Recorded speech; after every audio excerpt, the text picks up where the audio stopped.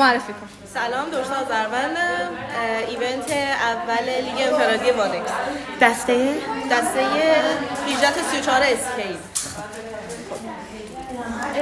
سانتیمتر باکس 50 سانته. اینجا شم اندازه بگی 60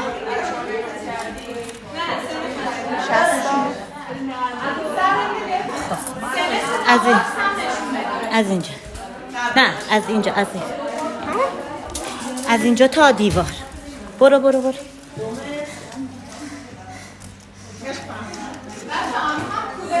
نگهدار همونجا درست. این هم سمت. خب حالا از دیوار تو چسب بگیر. $25.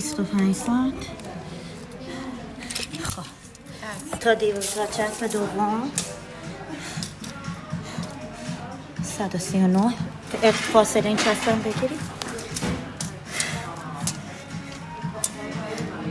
77. دمبلم هم 10 کیلوه. نه خودش.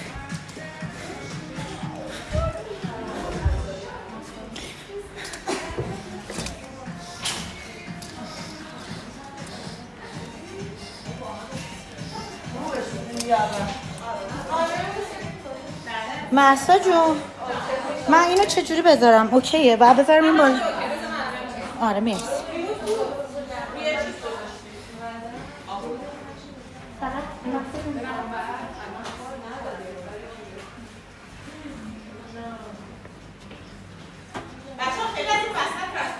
بچه دیگه تمام برید گوشه وایسی.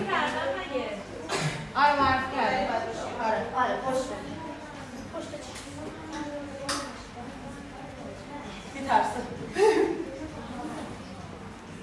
بیا اینجا تو بیا اینجا.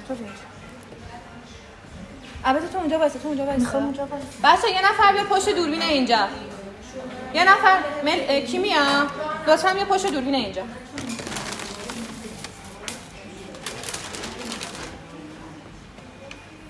بچه باکس جامپ آخرتون نره. پاهاتون باید جفتش بیاد این سمت. تو فقط اینجا بشین حواست به ساخت خب آماده یکی اون پشته.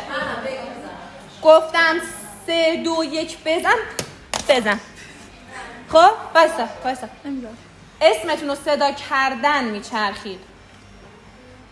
3 2 1 بزن. 3 2 1 درسا برو بچن. ماشاءالله دخترا. بله حتما.